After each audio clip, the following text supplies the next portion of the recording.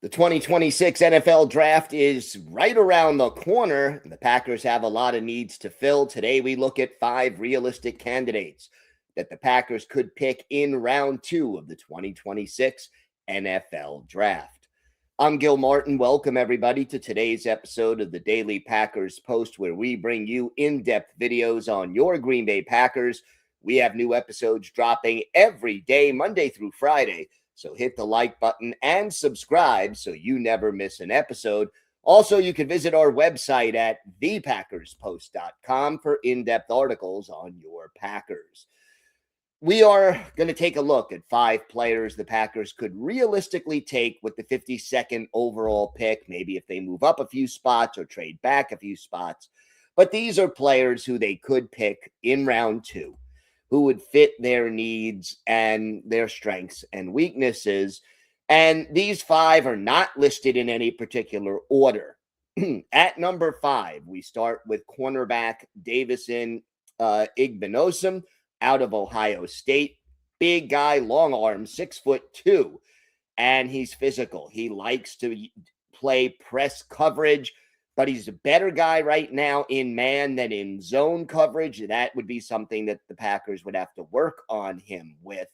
The Ohio State alum, no significant injury history, and kind of rose to the occasion against better opponents in college, and that's something you really do like to see.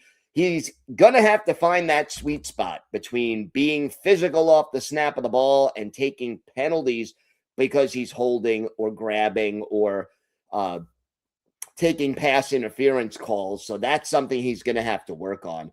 He does have some ball hawking skills, 2 interceptions in each of the last 2 seasons. And he is somebody who probably could make some contributions on defense as a rookie. At number 4, defensive tackle Dominique Orange out of Iowa State. If you're looking for a run stuffer at nose tackle, Big Citrus, as his nickname is, would be a good fit. Now, he doesn't add much in the way of pass rush. He also has a little bit of an injury history, but if he checks out, he has the potential to start as a rookie. 6'2", 322 pounds. Did not complete all the athletic tests, but his body type is really good for a nose tackle, and that is a position the Packers lack a starter at as we head into the draft, and Orange could very well fit the bill. Next on our list, cornerback Malik Muhammad out of Texas. He ran a 4.42 in the 40, 6 feet tall, but just 188 pounds, so he may need to add a little bit of muscle to thrive in the NFL. He had some struggles against bigger, more physical receivers in college. But here's the thing. He plays a clean game. Took only 2 penalties all year last year. 1 for defensive holding and 1 for pass interference. A player with that kind of technique before he even gets to the NFL is rare. He's a smart player and would probably only need a little bit of time before he could play a big role on defense. And remember, the Packers only have 1 experienced cornerback under contract for 2027. That's Benjamin St-Juste. So we'll see if a cornerback is where they go. And if they do, if it's Malik Muhammad. Number 2 on our list is defensive tackle Lee Hunter out of Texas Tech, 6'3", 318, his height and weight.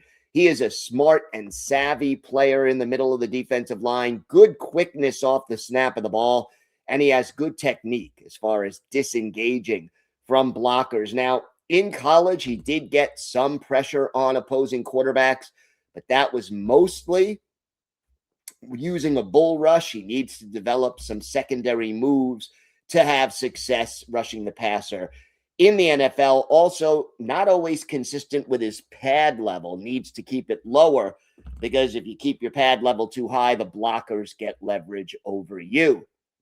Hunter did not do the full range of athletic testing at the combine. That makes the Packers hesitant at times, but his skill set and ability to play the run would make him a solid addition to the D line.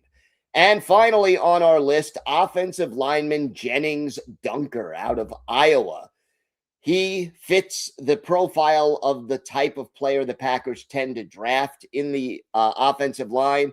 He played tackle in college, but is projected as a guard in the NFL who could also play tackle in a pinch. And we know the Packers like to have their offensive linemen play multiple positions. The thing the Packers would love about Dunker, he's got that mean streak. He is kind of nasty, and that can be contagious.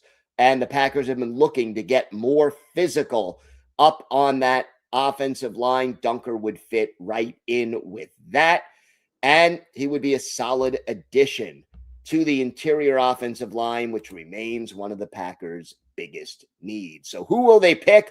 We'll all find out on Friday, unless the Packers trade into round one Thursday, which I do not expect them to do. I think it is very realistic that the Packers could trade back from 52, maybe go to 55 or 58 or 60 and add some additional picks, but we'll see what Brian Gutekunst ultimately decides to do.